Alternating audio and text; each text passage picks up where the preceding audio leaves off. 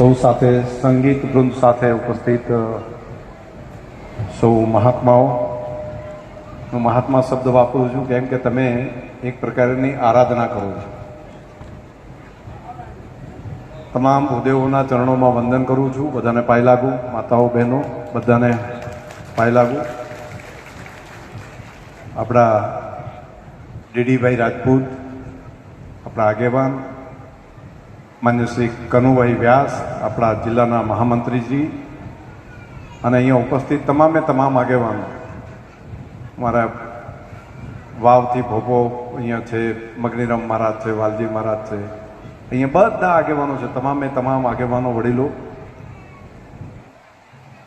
ભાગવતજીનો મહિમા અપરંપાર છે અને જે ધરતી ઉપર ગૌ માતાની સેવા થતી હોય, જે ધરતી માતા ઉપર ભાગવતજીનું પારાયણ થતું હોય, એ ધરતી માતા ખૂબ પવિત્ર બને છે. અને ભાગવતજી માટે તો એવું કહ્યું છે કે જ્યાં ભાગવતજીની કથાનું કથાપાન થતું હોય તો જોજનો સુધી કોઈ અવગતે આત્મા ગયેલો હોય તો પણ એને મોક્ષ મળે છે. આટલું મોટું મહત્વ ભાગવતજીનું. મૃત્યુને કઈ રીતે જીતી શકાય એ ભાગવતજીએ કીધું છે. મૃત્યુને જીતી શકાય. અને આ ભાગવતજીનો મહિમા અપરંપાર, અને એ તમે બધા ભાગ્યશાળી છો કે ભાગવતજીને આ પ્રમાણે સાંભળવા માટે બેઠા અને ભાગવતજીને સતત શ્રવણ કરી રહ્યા છો. મને પરસોત્તમભાઈએ નિમંત્રણ આપ્યું ને આજે સ્પેશિયલ કથા માટે ગાંધીનગરથી પરસોત્તમભાઈ આપના પ્રેમ અને લાગણીના કારણે કરીને આપ સૌની વચ્ચે આવવાનું થયું. આપ સૌનો દર્શનનો પણ લાભ મળ્યો. આમ તો મને યાદ છે 2016માં આપણે મળ્યા હતા. સચ્ચિદાનંદજી બાપજી આવ્યા હતા. કંઠીનો મને એમ છે કે ઉજવણી હતી તે દિવસે, અને તે દિવસે હું કાર્યક્રમમાં સાથે ત્યાં આગળ હતો. ખોરડા ગામનો હૃદયથી આભાર મારે કાયમી માનવો પડે કે વિધાનસભાની ચૂંટણી હોય કે અહીંયા લોકસભાની ચૂંટણી હોય, તમે બધાએ રાષ્ટ્રવાદને, ધર્મને, અધ્યાત્મને અને મને કાયમી સમર્થન આપ્યું છે. એટલા માટે તમારો બધાનો હૃદયથી ખૂબ ખૂબ આભાર અને વંદન પણ કરું છું. કામ માટેના નાના મોટા જે કંઈ છે એ કામો કરવા માટેની પૂરી મહેનત હાથ ઉપર લીધી છે. અહીંયા ગામમાં આવ્યો છું ત્યારે એક બે બાબતો યાદ કરાવીશ. ચૂંટણી પતી ગયા પછી યાદ કરાવીશ. એક તો રસ્તાની વાત જે મને કીધી હતી, આ વાત મારે કરવાની છે અને પ્રાયોરિટીથી તમારો રસ્તો એ પૂરો થઈ જાય એના માટે. અને બીજું પાણી માટે જે તળાવ ભરવાની બાબત છે તો એમાં એ સરોવર પણ જલ્દીથી જલ્દી કઈ રીતે ભરાય એના માટેનું પણ આયોજન હાથ ઉપર લીધું છે. હા, બસ પાણીનું જ કહો છે ને આપ. બસ તો એ બંને કામોને બહુ ઝડપીથી આપણે લઈને આગળ વધારવું છે. આખા વિસ્તાર માટે લીધું છે, પણ ખોરડા ગામ માટે વિશેષ પ્રેમ એટલા માટે હોય, એક પણ રૂપિયાનો ક્યાંય ખર્ચો ન થતો હોય, એક પણ વખતે મારો ટાઈમ પણ એમ ના કહેતા હોય તમે આવો ને મિટિંગ કરો એવી પણ વાત ના કરતા હોય. ગામમાં પણ નાના મોટા કોઈ બે ભાઈ બેઠા હોય તો મતાંતર હોઈ શકે, પણ એને પણ ક્યાંય આડા આવડું કોઈ રાખ્યા વગર માતાઓ, બહેનો, યુવાનો, વડીલો બધા ભેગા થઈને એમ જ કે તમે ચિંતા મત કરજો, હવે અમારી પેટીઓ જોજો. આખું ગામ ભેગું થઈને આ પ્રમાણે વાત કરે. વડીલો એવી વાત કરે.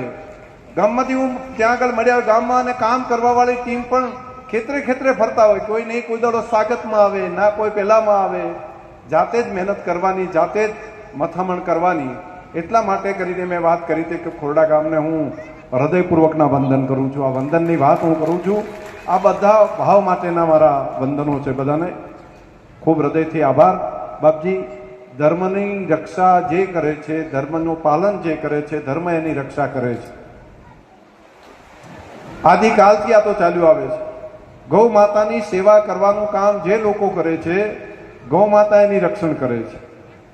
અને આપણા ઋષિ પરંપરા જે છે, ભાગવતજી હોય, આપણે ત્યાં રામાયણજી હોય, તો આપણી ઋષિ પરંપરાઓએ જે જ્ઞાનને ગ્રહણ કર્યું છે, જ્ઞાનને ભેગું કર્યું છે, જ્ઞાનની ઉપાસના કરી છે, અને એ માખણ જેવું છે.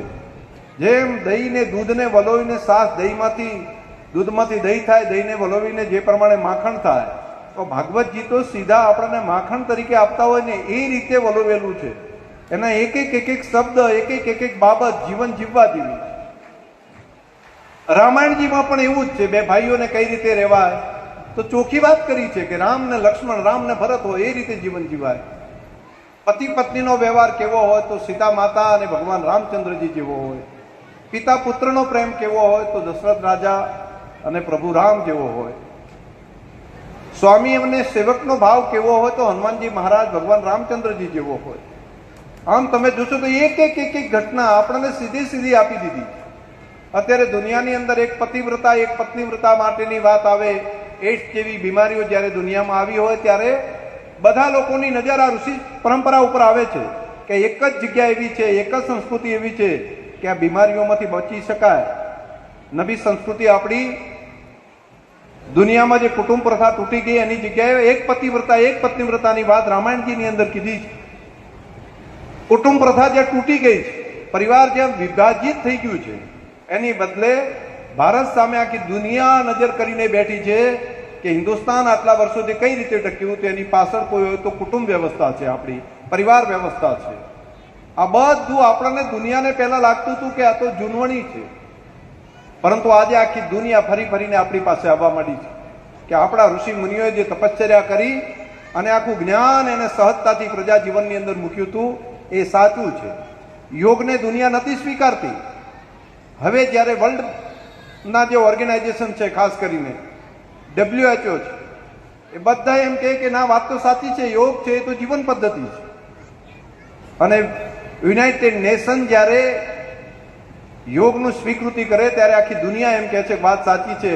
આ ખાલી શ્વાસ લેવાની, ઓમકાર કરવાના ઋષિ મુનિઓ તલાઠી વાળીને બેસી જતા એટલું નથી. આ તો વિજ્ઞાન છે એની પાછળ, અને વિજ્ઞાનને આજે દુનિયા સ્વીકારવા માંડી છે. તો અહીંયા પણ જે આપણને કથા તરીકે આપેલી નાની નાની બાબતો એ જીવન પદ્ધતિ છે, જીવન મૂલ્યો છે. એક વ્યક્તિની પાસે વાત પહોંચે કે કાનમાં આવે, ભૂલ થતી હોય તો ભૂલ થતા ટાઈમે આપણને યાદ આવે કે જોજો હો, આવી વાત હતી, આવું ના કરાય આપણાથી. તો મારી તો આપને પ્રાર્થના છે કે એને પૂરેપૂરું શ્રવણ આપણે સૌએ કર્યું અને સાક્ષાત સુખદેવજીએ અહીંયા આગળ વાત કરેલી હોય અને વ્યાસપીઠ ઉપરથી તો હું માનું છું કે આટલું સરસ મજાનું જ્ઞાન અહીંયા પીરસાયું છે. આપ સૌ ભાગ્યશાળી છો. ફરી વ્યાસપીઠના ચરણોમાં હૃદયપૂર્વકના વંદન કરું છું. અને બાપજી, તમારો ખૂબ આભાર કે મને આટલા બધા વડીલોનું દર્શન કરવા માટેનો મોકો આપ્યો.